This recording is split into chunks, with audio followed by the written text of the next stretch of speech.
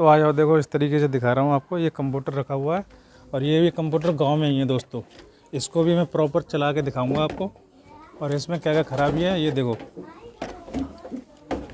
इस कंप्यूटर को मैं पूरा आपको इस तरीके से चलाऊँगा और क्या क्या खराबी है सारी चीज़ें आपके सामने करूँगा। आ जाओ आ जाओ भाई, आ जाओ भाई इधर।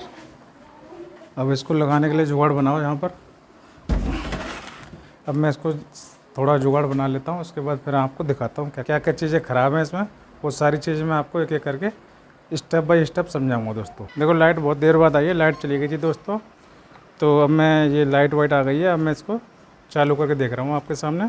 तो सबसे पहले मैं इन दोनों की पावर केबल कनेक्ट करूँगा, कीबोर्ड वगैरह कनेक्ट करके मैं इसमें ये देखूँगा कि डायरेक्ट ऑन हो रहा है या नहीं हो रहा है। नहीं ऑन हो रहा है तो हम इसमें आगे की ट्रबल शूटिंग करेंगे। तो मैं इसके कनेक्शन कर देता हूँ और कनेक्शन करने के बाद पहले एक बार ऑन करके देखेंगे। ऑन अगर नहीं होगा सिस्टम, उसके बाद हम आगे की कार्रवाई करेंगे इसमें, यानी इसमें ट्रबल शूटिंग करेंगे और इसको ऑन करेंगे कंप्यूटर को।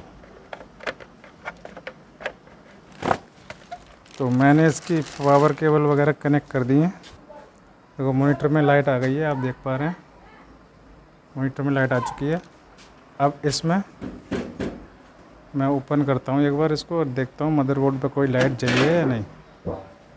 तो मदरबोर्ड पे कोई लाइट नहीं जली है इसमें अभी, तो यानी मदरबोर्ड पे हो सकता है लाइट ना हो। तो मैं इसको ऑन करके देखता हूँ एक बार। अब मैं इसको ऑन कर रहा हूँ यहाँ से। अब यहाँ से पावर केबल तो मैंने लगा दी है दोस्तों, लेकिन ये कंप्यूटर ऑन नहीं हो रहा है। तो सबसे पहले मैं पावर केबल इसकी चेक करूँगा, मॉनिटर वाली पावर केबल लगाऊँगा इसमें और ऑन करके देखूँगा। अब देखो मॉनिटर की पावर केबल लगाई है तो ऑन हो गया है। तो हो सकता है कि एक पावर केबल ख़राब हो इसकी। तो मैं ये वाली पावर केबल मॉनिटर में लगा के चेक कर लेता हूँ। तो ये पावर केबल मैंने मॉनिटर में लगाई दोस्तों। पावर केबल लगाने के बाद मॉनिटर में लाइट आ गई है, इसमें भी लाइट आ गई है, लेकिन डिस्प्ले नहीं आ रहा है। कंप्यूटर को मैं ऑन करके देखता हूँ। देखो आपके सामने ऑन कर रहा हूँ इसको। अब यहाँ से देखो कंप्यूटर ऑन हो चुका है दोस्तों। ये देखो डिस्प्ले आ चुकी है दोस्तों। ये देखो डिस्प्ले आ गई है हमारी, कंप्यूटर ऑन हो गया दोस्तों। तो मतलब ये कंप्यूटर यहाँ कोने में कबाड़े में पड़ा हुआ था और इसको उठा के देखो डिस्प्ले आ गई है, चल गया है कंप्यूटर प्रॉपर तरीके से। देखो विंडो भी लोड हो जाएगी इसमें भी। यहाँ देखना अभी विंडो लोड होगी या नहीं होगी, ये आपके सामने ही है। सब कुछ तरीके से आप देख पा रहे हैं।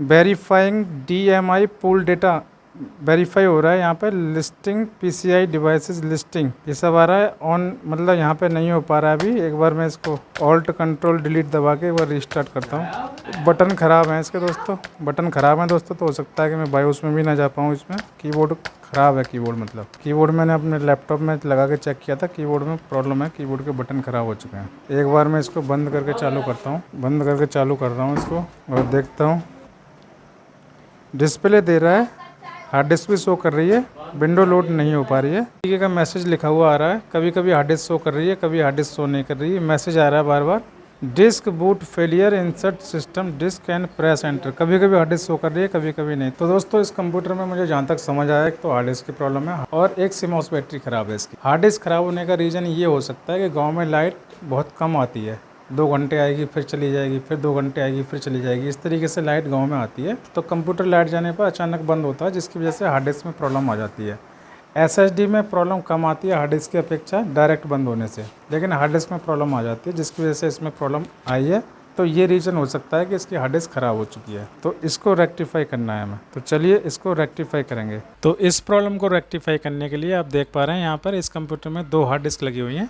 हम एक हार्ड डिस्क के तार निकालेंगे और दूसरी हार्ड डिस्क में तार लगाएंगे और दूसरी हार्ड डिस्क में विंडो इंस्टॉल करेंगे। फिर देखते हैं प्रॉब्लम रेक्टिफाई होती है या नहीं होती है। तो चलिए इसमें विंडो की पेन ड्राइव लगाते हैं और विंडो इंस्टॉल करते हैं। पेन ड्राइव से विंडो लोड होना चालू हो गई दोस्तों।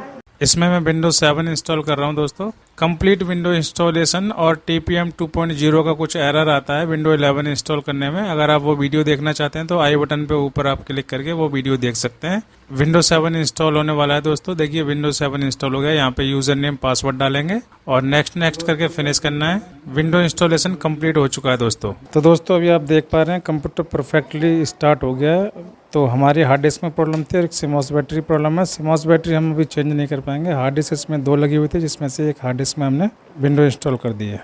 और एक हार्ड डिस्क इस कंप्यूटर की ख़राब है। अगली वीडियो में फिर मुलाकात होगी, तब तक के लिए जय हिंद, नमस्कार दोस्तों।